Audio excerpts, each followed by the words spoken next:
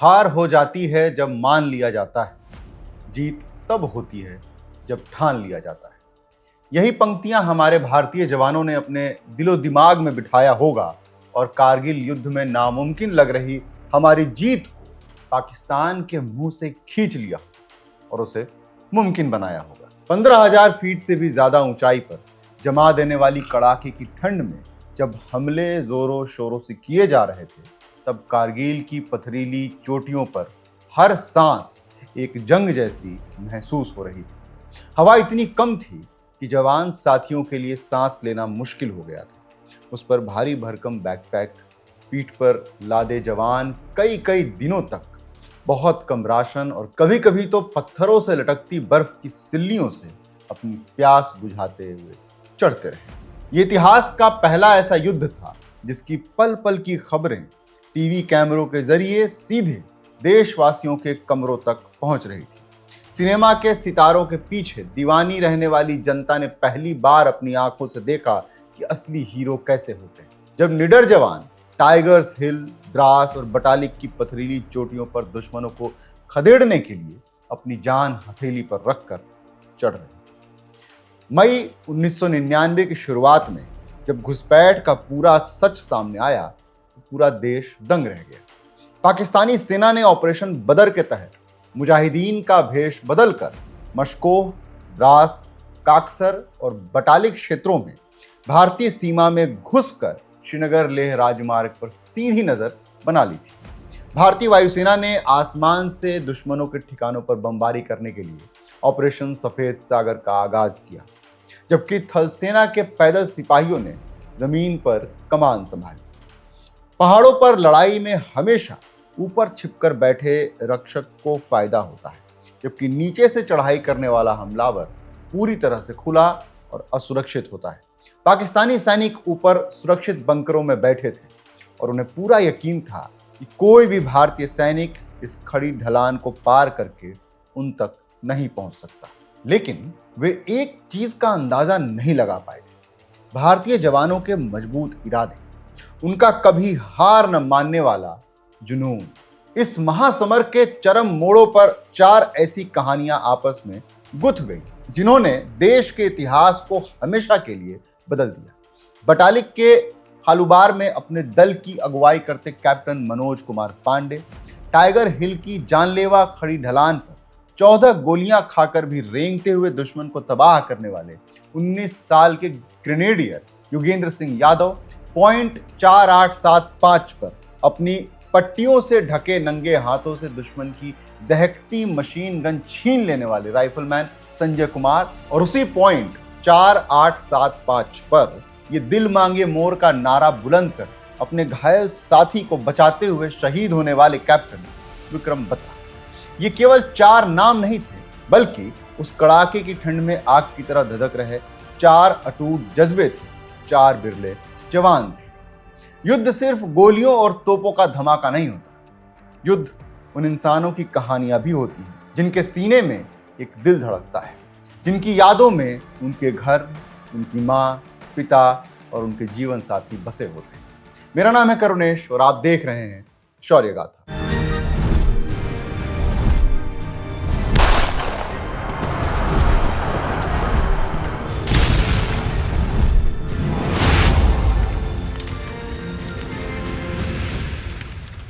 Operation सफेद सागर अब अपनी आखिरी पड़ाव पर आ चुका था। साथ ही आर्मी ने भी आने वाले चुनौतियों के लिए कमर कस लिया था। जून 1999 तक युद्ध अपने सबसे भयानक दौर में पहुंच चुका था। द्रास, बटालिक और तोलोलिंग की चोटियों पर पाकिस्तानी सैनिकों ने कंक्रीट के मजबूत बंकर बना लिए थे। श्रीनगर लेह मार्ग को काटने की उनकी साजिश को नाकाम करने के लिए भारतीय वायुसेना ने ऑपरेशन सफेद सागर के तहत मिराज 2000 और मिग 21 लड़ाकू विमानों से दुश्मन के सप्लाई डिपो पर लेजर गाइडेड बम गिराना शुरू किया। नीचे से बोफोर्स तोपों ने 24 घंटे गोले बरसाकर आसमान को पूरी तरीके से लाल कर दिया।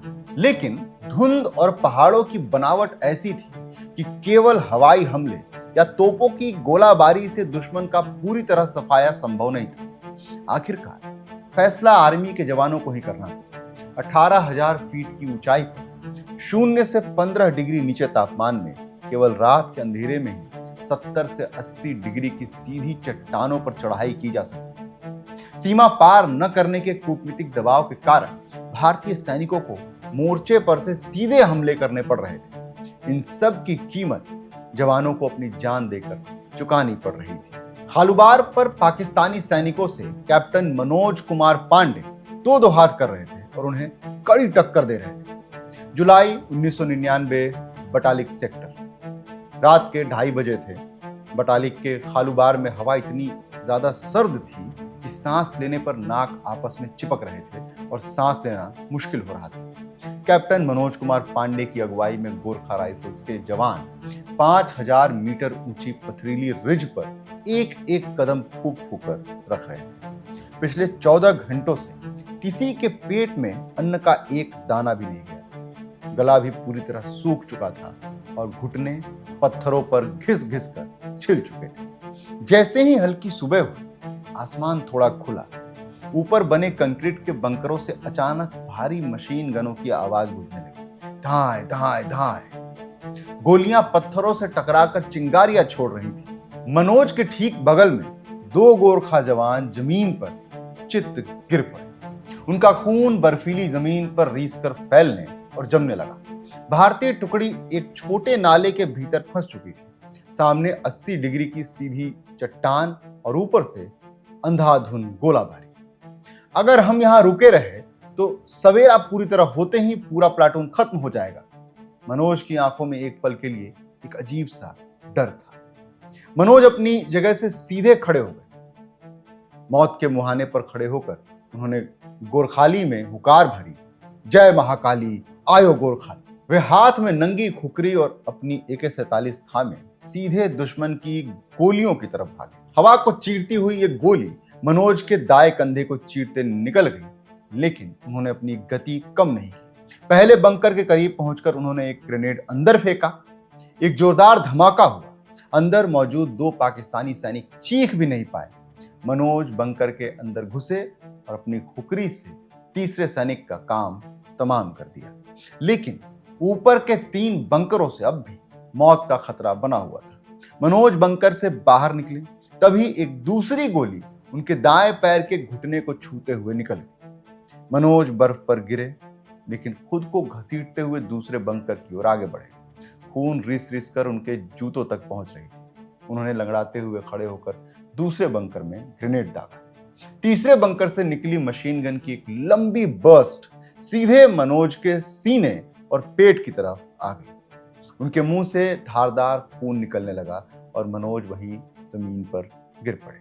लेकिन 24 साल के उस वीर योद्धा ने हार नहीं मानी थी।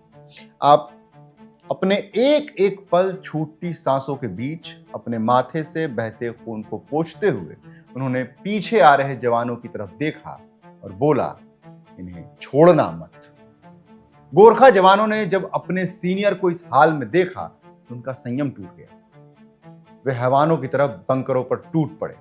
जब तक सूरज पूरी तरह निकला, खालूबार की चोटियों पर भारत का तिरंगा फहरा रहा था और उसके नीचे अपने माथे पर शहादत की मुहर लिए कैप्टन मनोज कुमार पांडे हमेशा के लिए शांत हो चुके थे।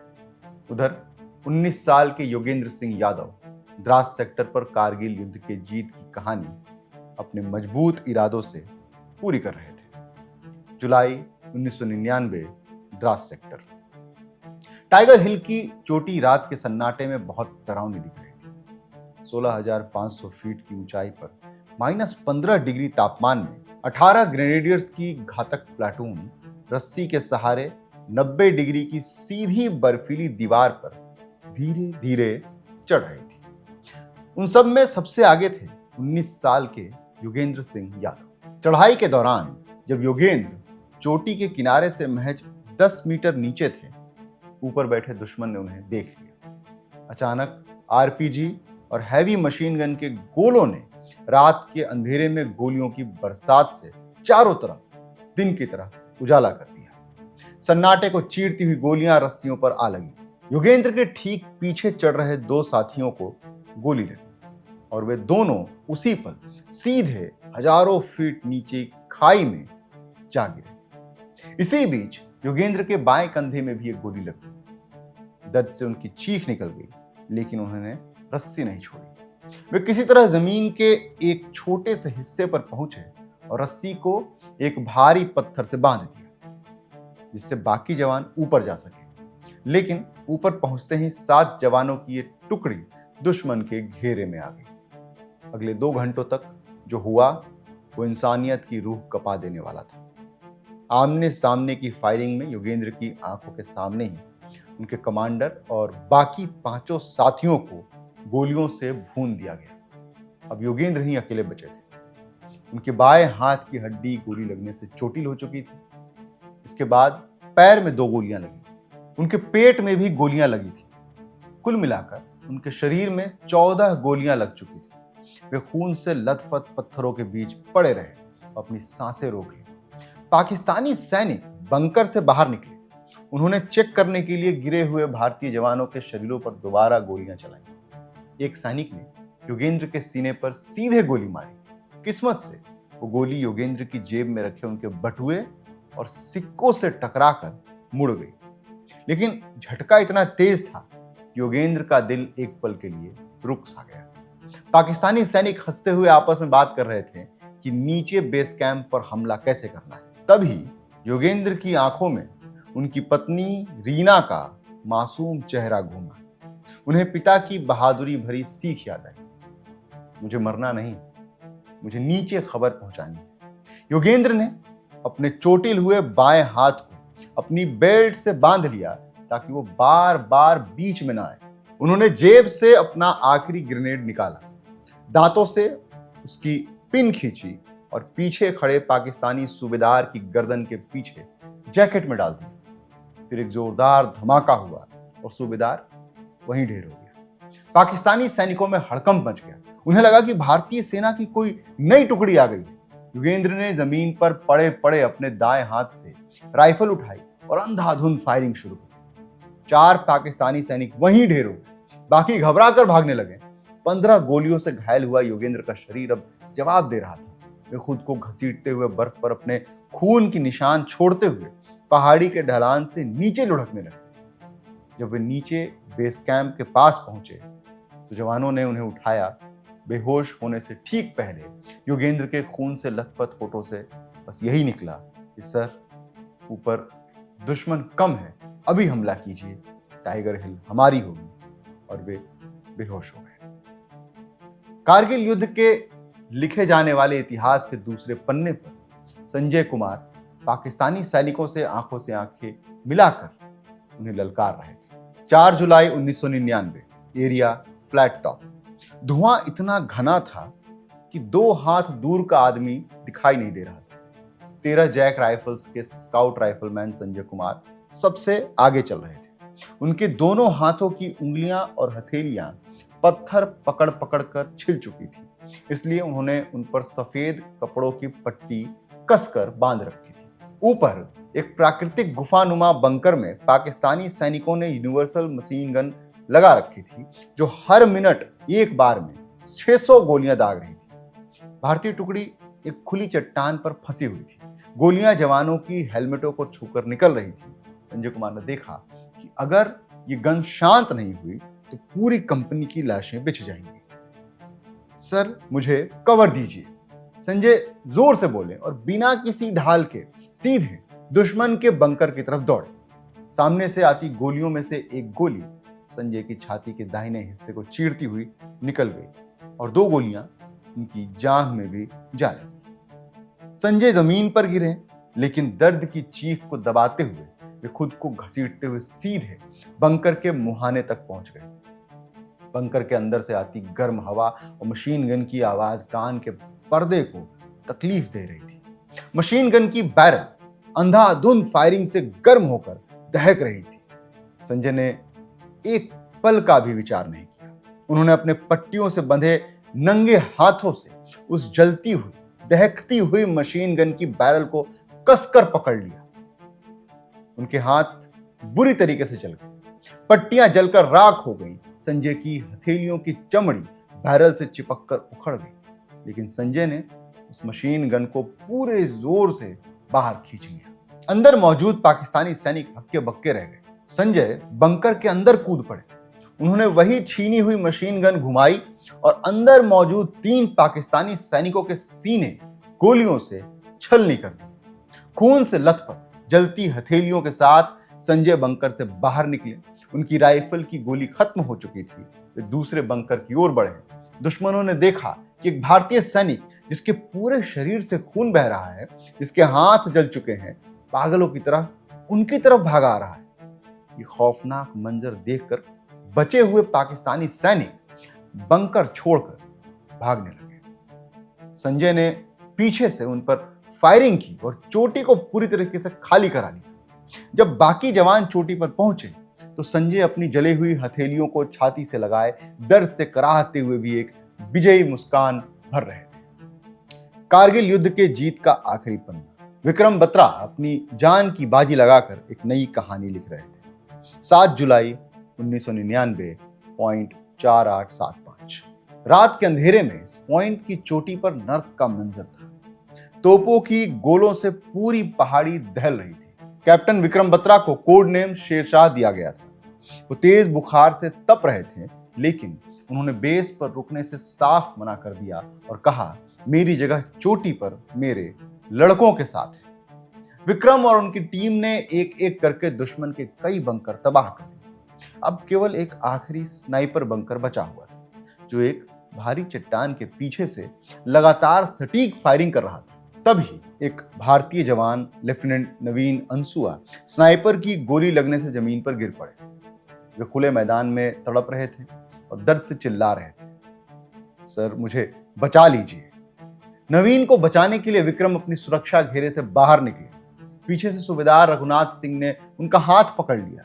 सर आप मत जाइए, बहुत ही तेज फायरिंग है, मैं जाता हूं। विक्रम ने मुस्कुराकर सूबेदार का हाथ छुड़ा दिया और अपनी चीर परिचित अंदाज में बोले, आप हटिए रघुनाथ सर, आपके बाल बच्चे हैं, घर पर जवाब देना होगा, मेरी तो अभी शादी भी नहीं हुई। ये कहते ही विक्रम गोलियों की बौछार के बीच खुले मैदान में कूद पड़े। वे जमीन से नीचे नीचे लेटते हुए नवीन के पास पहुंचे। गोलियां उनके सिर के ऊपर हवा को चीरती हुई निकल रही थी। धाए धाए। विक्रम ने नवीन को अपनी ढाल बनाया और उनके पैरों को पकड़कर उन्हें धीरे धीरे जमीन से ही खींचने लगे। पकड़ के रख नवीन, तुझे कुछ नहीं होगा, विक्रम ने नवीन का हौसला बढ़ाते हुए कहा। जैसे ही उन्होंने नवीन को एक सुरक्षित पत्थर के पीछे पहुंचाया, वहीं स्नाइपर की एक गोली आई और सीधे विक्रम के सीने में उनके दिल के ठीक ऊपर जोर से लगी। उसी पल एक आरपीजी का गोला उनके ठीक पास आकर फटा। विक्रम जमीन पर गिर पड़े। उनके सीने से खून की धारा बहने लगी और बर्फ पर फैलने लगी। पूरा युद्ध क्षेत्र जैसे एक पल के लिए शांत हो गया। विक्रम के होठ हल्के से हिले। कोई चीख नहीं, कोई दर्द नहीं। उनके मुंह से बस अंतिम शब्द निकले, हे राम। 13 जैक राइफल्स के जवानों ने जब अपने शेर शाह को बर्फ पर बेजान गिरते देखा तो उन्हें विश्वास नहीं हो रहा था कि शेर शाह अब उनके बीच नहीं रहे। उनके कैप्टन विक्रम बत्रा अब नहीं रहे। एक पल के लिए सभी खामोश हो गए। जवानों की आंखों में आंसू थे, सीने में कैप्टन की शहादत का बदला लेने की आग। वे अपनी जान की परवाह किए बिना अपनी ट्रेंच से बाहर निकल आए। दुर्गा माता की जय, इसका नारा पूरे कारगिल के पहाड़ों में गूंज उठा। जवानों ने भूखे शेरों की तरह अंतिम बंकर पर हमला कर दिया। भारतीय सेना और पाक सेना की हाथापाई हुई। दोनों के बीच चाकू चले। पत्थरों से दुश्मनों के सर फोड़ दिए गए। चंद मिनटों में पॉइंट 4875 का कोना कोना साफ हो गया। जब सुबह की पहली किरण उस चोटी पर पड़ी तो हवा में फहराते तिरंगे की छाया इस जीत को मुमकिन करने वाले शहीद विक्रम बत्रा के मुस्कुराते हुए चेहरे पर पड़ रही थी। शेर शाह ने अपना वादा पूरा किया था। वे जीत की खबर लेकर आए थे, भले ही खुद तिरंगे में लिपट कर आए।